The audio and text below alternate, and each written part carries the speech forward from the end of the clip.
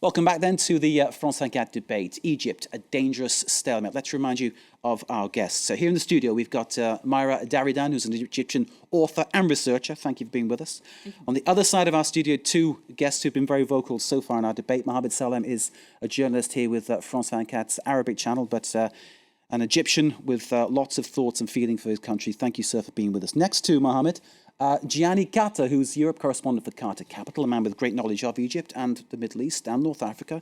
His views and opinions very much enlivening our debate. By satellite from London, we've heard from Omar ASHOUR from the Institute of Arab and Islamic Studies. Omar is based at the University of Exeter and joining us for his insight. Thank you, sir, for being with us.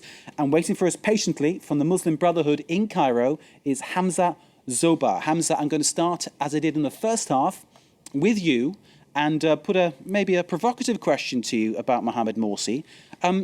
Was it right, Hamza, that Mohamed Morsi was taken out of power because basically he wasn't up to the job of running the country? You, the Muslim Brotherhood, weren't capable of running your country. We as a Muslim Brotherhood, what? You were incapable of running Egypt, so it was right, some people might say, that Mohamed Morsi was forced out of power. Actually, I couldn't hear you well. Okay, well, let me try one more time. Was the problem that you faced that basically the Muslim Brotherhood could not run Egypt well? You didn't have the knowledge, the power, or the delicacy to run such a complex nation. And therefore, it was inevitable that you'd be pushed out of power. Okay, I got you now. Go ahead. Listen, we believe in democracy with its mechanisms that are being used in Western countries. We believe that we have to rely on votes, not on dead bodies. What actually happened that there was a military coup that demolished the whole era of democracy after revolution of 25th January revolution. And this military coup took us back to Mubarak's era.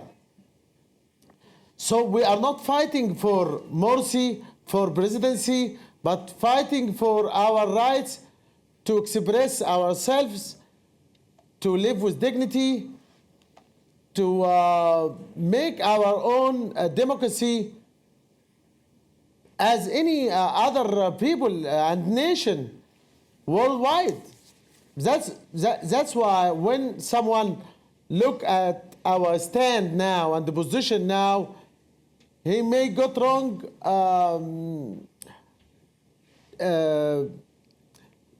wrong message. I mean that we defend the people's right. Right. And whatever it takes, as long as, wait a second, please. As long as Go ahead. Expressing our views peacefully, so no one has to blame us if we continue in squares and streets, not for months, but for years. Thank you very much. Myra, you wanted to speak? Yes. Go ahead. I wanted to say that the gentleman says that they respect the people's will. Fine. What about the millions in the streets? Why don't you that were in the streets against Mohamed Morsi? Is there no respect for these ones? Or is it because they are not one of yours that you do not respect them? You only respect your own. This is Hamza, for one. Second. Let him answer that, because if we do a big list, we'll never get any answers at all. Very Go quickly, on, quickly. Just very quickly. You have behind you pictures of my city, Alexandria. What happened in Al-Qaeda Ibrahim with people getting killed inside Qaeda Ibrahim and kidnapped in a mosque? Well, how do you justify this? Myra, let him answer the question. How do you justify Hamza, this? go ahead. If you can reply to that question, those two questions. What about the people in the street? Their voices count? Look, during the 1 year of Morsi presidency, personally, and many of our colleagues in Freedom and Justice. Sorry. And Justice Party wrote articles criticizing the performance of the government. We never claimed that Morsi regime and the government was 100%. And as we defend our right to express our views, we also defend the others to do the same without having any problem, without being beaten, without being killed or injured by police or by military. But we have to know that what has been happened with us in 1 month is more than what happened in 30 years of Mubarak's regime. We never have such number of killed and injured people in 1 month or in 1 year or 10 years or 30 years of Mubarak's regime. So what we are talking about now is that there's some sort of return back of dictatorship and repression with the military tanks, which I used to say that once the military tank approach the political field, everything will die. Hamza, can I let Myra come back to that? Go ahead, Myra. It very much depends. How do you define say we? something here? Is we One for second, you? I'll come to you, Omar. If is we for you the definition of we? Is it the Muslim Brotherhood or is it us Egyptians? If you are meaning us Egyptians, 800 of us died in 18 days before Mubarak was toppled. Do we forget that? Myra, Hamza, bear with me 1 second. Omar, ASHOUR, go ahead. Yes, I see the main problem here. Egypt has a problem with living with Egypt. So part of it is happy to repress the other part of it and just laugh about it. Somebody on Twitter said that Egypt doesn't know what it wants. That's the problem. Yeah, it's exactly. Part of the problem is that, yes, President Morsi was a divisive character. He was voted in with 13 million voters, and 12 million voted against him. So he was voted in with 51%. And yes, 12 million people, if you got like 1% of 12 million people, if it went to Tahrir, it will fill it and fill all the areas around it. I mean, the square, essentially, if you remove the buildings and fill it with people, 4 persons in every square meter in it, it will take around 400,000. That's it. What about Rabaa then? Very, very what about Rabaa? And the same thing for Rabaa. It No, would be it's smaller. 400,000, It's 380,000, slightly more or smaller. less. So the problem here's the problem. The problem is the mentality of the 99% cannot, like the president who gets 99% and everybody bows for him. This mentality has to be abandoned if you want to move towards a democracy.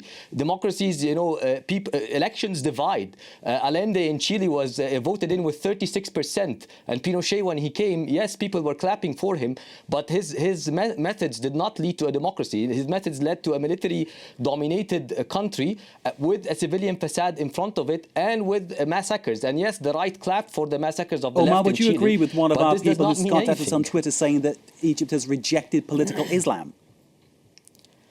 It's a problem. Well, I don't want to put it this way, but there It's is a what someone's serious asking. problem That's of why I'm asking you. accepting losses. Sorry? It's what somebody is asking, so that's why I'm putting the question to you. Yeah, say that again. Has Egypt rejected political Islam? That's the question being put via the internet to you. Rejected? I don't think so. I don't think if you cannot say that Egypt rejected political Islam when political Islam, or at least one of its parties, was consistently winning every single free and fair elections that happened in less than a couple of 2 years.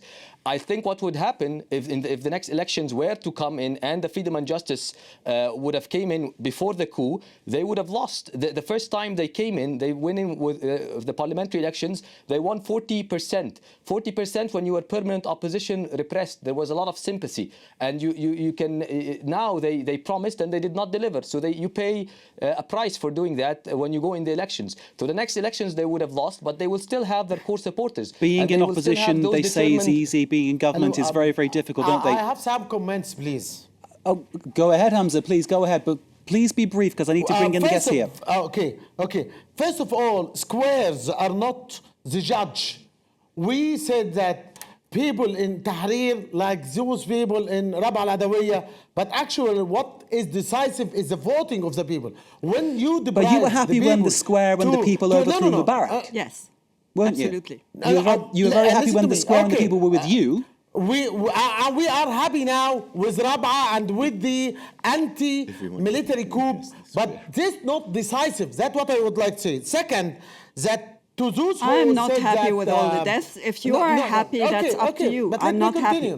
happy. I think he said earlier he wasn't, but I insist on saying I'm not happy. Please. go ahead, Hamza. Okay, I said that squares are not decisive, are not the judge. Second, to those who said that Egypt reject political Islam, no sir, no evidence to say that. We have 5 elections and referendum during 2.5 years or 2 years. All of these referenda and elections show that the majority of votes went to political Islam. What was wrong is that the performance may be not. Sorry to interrupt good, you, Hamza. So has Morsi been overthrown because he was incompetent? Has he been overthrown because people didn't like what he said? Has he been overthrown because basically the army wanted power? I'm confused. Can you tell me what you think happened? Was he overthrown because he was incompetent? Was he overthrown because the army wanted power? Was he overthrown because it was what the people wanted? Well, let's put that to someone in studio, Hamza. Have a think about that one, and we'll come back to you. To ask him, no. If you ask me, you ask me. I'm asking you, Hamza, yes. Yeah, you ask me. Of course, the 3 together. First of all, since the first day of his presidency, he was faced with a campaign to paralyze him, to make him fail. During 1 year, we have 24 million and Hamza, I need to bring in the people in the studio because they've been very quiet demonstration. for a while. Bear with me, sir. We've heard from you quite a bit. Thank you very much for what you're saying. Please stay with us. Gianni, can I just put those points to you? Because clearly Hamza's saying that, he's not going to buy the fact that Morsi was incompetent, as some people say he was, which is why there were ongoing problems in Egypt, which I'm sure our 2 other guests will testify to. Why do you think Morsi went? Was it an army, power grab? Was it the people? I think Morsi was incompetent. There's no doubt about it. Just like Nada was incompetent, except they don't have a tradition of the military overthrowing like in Egypt. I think in the case of Turkey, Erdogan was not as incompetent because economically the country is doing better. They're probably going to grow 4% this year. But they are, not really doing their jobs. And this is why people are revolting. But what I don't understand is if somebody is politically voted into office, you cannot overthrow this person. That's the thing that disturbs me. This is because, not just because he's incompetent. Then you organize elections sooner. I'm sure that Morsi would have agreed at some point that he needed to organize elections. You can be for or against political Islam. But what has been said Morsi, is that he refused all the initiatives given to him by El-Sisi. I mean, that's what El-Sisi said. Of course, we don't have Morsi free to contradict that. But I mean, what has been said in the media is that he refused all initiatives. And it doesn't surprise me because he's president-elect. So why would he organize a referendum, for example, on his staying in power? Wow. He would with a lot of difficulty accept something like that. I mean, maybe the army should have forced him to organize a referendum or something, and it would have been more legitimate in the eyes of the whole world. Because for Egyptians, and I have to repeat that, I mean, for the majority of Egyptians, maybe not the pro-Morsi, but they went out on the streets, and it's not only squares. I mean, they have been everywhere. And I know that maybe the Muslim Brotherhood will tell me now the Muslim Brotherhood are everywhere, but I think the numbers are not comparable. And again, I have to say that the numbers and the streets are not those who let us decide, like Mr. ZOBAA said. But Egypt is in a revolution, so I have some problems with people talking to us about democracy as if we had a democracy that lasts since years and years. We are still building our democracy. Sure. So all these arguments for me are not very valid. I mean, like, of course, the voting of the people, we have to respect that, but still we are constructing our democracy, and maybe another president will be toppled before ending his mandate in the coming years. I think Gianni was making that point that maybe it was going to the elections too soon. I think you made that point too in part one. I'm getting a voice from afar. I think it might be Omar ASHOUR wanting to join in. Omar, go ahead. Yeah, I'm saying the way to build a democracy is really to respect the democratic institutions and to empower the democratic institutions, not to empower a group of generals that are mainly taking the country by their guns. And after that, look at what's happening. Like the January 25th so had Omar, two main was it gains too only. soon? Did the elections come too soon? Was that the problem? I don't think the elections came too soon. I think the attitude of politicians towards, especially the losing politicians in the elections, had to be changed. It's not only about that. I mean, people have taken the streets by millions. If you do not accept your loss, Bear with us you a cannot second, Omar. continue like Let that. Mohamed put the question and of to course you. they had supporters on the ground, and of course they had people were angry because of the president's performance, and it wasn't that great. Let me But at the stop you same there for a time, second, you because I could have- think what we're getting in the studio here might give you something else to comment on. Go ahead, Mohamed. I understand what Omar is saying, but I think it's not politicians who took the streets. I know that a lot of people say that in Egypt, that they are losers and they do not respect the rules of democracy because they lost the elections. But it's not them who went on the streets and asked for Morsi to leave, and there were a lot of people who did that. So we have to make the difference between politicians and the leaders and the society itself and the people. Yeah, and I think There's we By the way, forget. there is another I square think- there I think- that has been lasting Go for ahead. there's Last another comment square before we there go to the in internet. Rabaa and in Nahda that has been having the largest sit-in probably in Egypt, the longest one, compared even to the 18 days that toppled Mubarak for more than 24 days. There was and a very under long sitting extremely against the repressive military council that lasted a month. But I oh, know. this was nothing. This was a very small one. It We're was not talking small.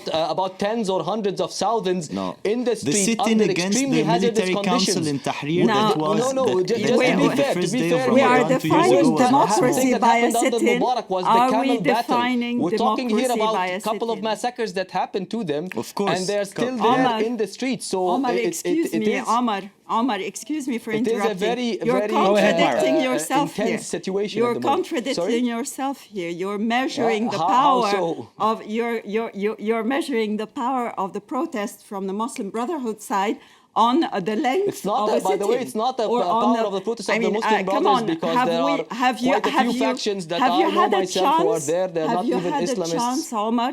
Have you had a chance to look at what this sit-in really looks like on the terrain? It's not even. It's I not had a even chance. that. The I point. had a chance, and It's I know not even people that. who I were People want are to add something camping very there, important. Actually, eating some of there. them went It's- into the Vietnam rules- Last soon. word before we But bring they in are our quite rules. scared Our of correspondent James unhealthy. Sweden. Go ahead, The Mohamed. rules of democracy that everyone is talking about, I know it's very important, but for the Egyptian people who are in a revolution, they are free not to respect it these days. I mean, that's what the situation is.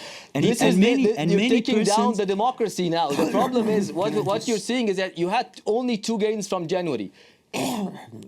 Can I just say Omar, while you One adjust that, gain let me was the pause you. basic Omar, I'm freedoms. sorry, let me pause you for a second. We're going to go to our correspondent, James Cretan, who's joined us here. James Cretan, of course, watches everything that happens online for us. To get some reaction from you, watching the debate, from people online. James, what have you got? Well, I think the angle that I've decided to look at this evening, Mark, is how the diplomats are trying to deal with what is a particularly complicated situation. I think we're getting that impression here, aren't we? So Catherine Ashton, as we saw today, met with Mohamed Morsi. No photos, though. So 2 hours of meeting, but no photos. We can take her word for So- it because she's to be respected. Sure, but I mean, presume, the very fact that it wasn't photographed is in itself an indication of how sensitive that is. Sure. I wonder if Catherine Ashton referred to Mohamed Morsi as Mr. President during their 2-hour cell meeting. So some obviously pointing to the fact that she is meeting somebody who was officially, I suppose, ousted. How do you actually approach that on a diplomatic level? Why Catherine Ashton? And the similar comment here, Morsi is the elected president. So people who support the Muslim Brotherhood, curious to know how she would have Can I addressed put a him. question to Mohamed, Sure. to Myra, and of course to our 2 guests who are joining us by satellite? Do you feel the EU has a role to play here? Catherine Ashton is a mediator. Do you think that could work? I think they're very happy to play a role. For once, they are able maybe to have like a word to say, and they're the first one to meet Morsi. So. And I think, but what's complicated from, even this is a headline today in the Huffington Post in France. France has called for Mohamed Morsi to be released. So the EU obviously has to take that into account as well. And you see photos of Catherine Ashton meeting with Mohamed Baradei. And apparently she scarpered out of that meeting really quickly, saying that if she didn't go now, her flight was going to leave without her. I mean, I think the flight would probably wait for Catherine Ashton. So it shows that she just doesn't really know how to balance diplomats it. are, slaves to the schedules Right. of Well, allies. And he this was supports- just after Mohamed Baradei said that Morsi belongs to the past. after that phrase, exactly, she said, I have to go to catch my plane. Because the journalist asked him that question, he said, I think we have a roadmap and 30th of June and Morsi. So And of course- basically, and of course, if someone had put that to Catherine Ashton, is Morsi part of the past? She couldn't say yes, could she? So I think rushing off is probably the best metaphor for all of that. And, you know, it's not much easier for the US position. Perhaps one of the reasons why you had Catherine Ashton there is because the US don't really have, you know, it's a very difficult balancing act for them too. Just a couple of tweets, Mark, that reflect that the White House has not conducted a strategic review of its Egypt policy since the ouster of Mubarak in 2011. That's fair. That's from the New York Times. And this, maybe to sum up Shadi Hamid from the Brookings Doha Centre, mass hysteria engulfing Egypt post-coup is like no recent case I'm familiar with. Political science doesn't have the tools to explain this. Kind of in uncharted territory, And we're basically. finding that with this debate. James, as ever, good to see you. Thank you very much indeed. Let's bring in our two guests from a distance, I'll put it like that, joining us by various technical means. We've got Hamza ZOBAA of the Muslim Brotherhood and Omar ASHOUR of the Institute of Arab and Islamic Studies in Exeter. He's joining us from a studio in London. Can I put this question to both of you? Is Morsi now a figure of the past? Is he finished? Is he not going to be part of the political process in future? Go ahead, Omar, to you. Let me start first. Oh, go on, but by all means, Hamza, take it away. I think Morsi is a part of the past and the present and the future. Without acknowledging that Morsi is legal and acknowledged president of Egypt till now, we are heading to no solution. They have So you need to change admit your mind that and they become did part of the political mistakes. process, don't you? You need to change your mind and become... Of course. We did mistakes and we can change our mind when we see something positive on the table. What happened now, what we have on the table, slaughters, arrests, media blockout, trials, we have seen nothing positive. All what we have seen is poison here at the table. Once we have something positive and encouraging, we may think of that. But actually, the military coup is determined to demolish everything and to erase the political Islam, things that will not happen. Hamza, thank you very much indeed. Let me bring in Omar ASHOUR for one last comment. Omar, to you. Yeah, any deal in this, any compromise will probably reflect the balance of power. The brothers can play the mobilization game and can play the elections game. But the two other games, the political violence game, which very much determines what's happening, and the institution games, the loyalty of the state institutions, is against them. So the two games of political violence institutions is probably tilting the balance a bit. What Catherine Ashton can do is to be more or less the credible guarantor of any deal they compromise on. I think there are some initiatives out there. One of them were outlaid by some of the academics who were saying President Morsi should come out and say that he gives his powers to a prime minister, and the prime minister would call for parliamentary elections as soon as possible, and after that we start again. This will never happen. But this will try to save out of the constitutional framework. By the army. This was the army will never let Let's bring it back to the studio, please. Omar, thank you very much indeed. Hamza, thank you very much indeed for your contribution too from the Muslim Brotherhood. The ball's back in your court. Can I say something? Go ahead, please. I think it's very dangerous to mix democracy with a military coup. You know, I mean, somebody mentioned Chile, 1973, Brazil, 1964, Guatemala, 1954. I mean, there are many cases, you know, of coup d'etats, and, you know, they're not very positive. You cannot talk about military coups and democracy. Second thing is, I think that Lady Ashton cannot do really much in terms of European Union policy towards Egypt because there's no real strategy. Just like Obama has no real strategy. Myra, does just Europe like have a Obama voice has to no play? real Does Europe have a strategy. role What to did play? he say? What did he say about? He doesn't even call it a coup d'etat. I think Baroness Ashton is just playing NGOs here. She's just patting on the backs of everybody, calming them down, and trying to have the least deaths possible in the streets tomorrow. That's a positive and thing. That's a very positive thing. Sure. But she should be aware, and the same for Obama, and the same for Mr. Fabius, and the same for everybody, that giving advice to the Egyptians from afar is becoming not acceptable. The people in the streets do not want to hear people telling them this is democracy, This debate this is how you need set to do it. to continue beyond the limits of this programme. There is lots to discuss, and our guests from afar want to join us again, but sadly we are out of time. Thank you all very much for joining us. We appreciate your presence in the studio. And of course, thanks to our guests joining us from Cairo and London. That was our debate. Stay with us. The news continues, of course, on France 24.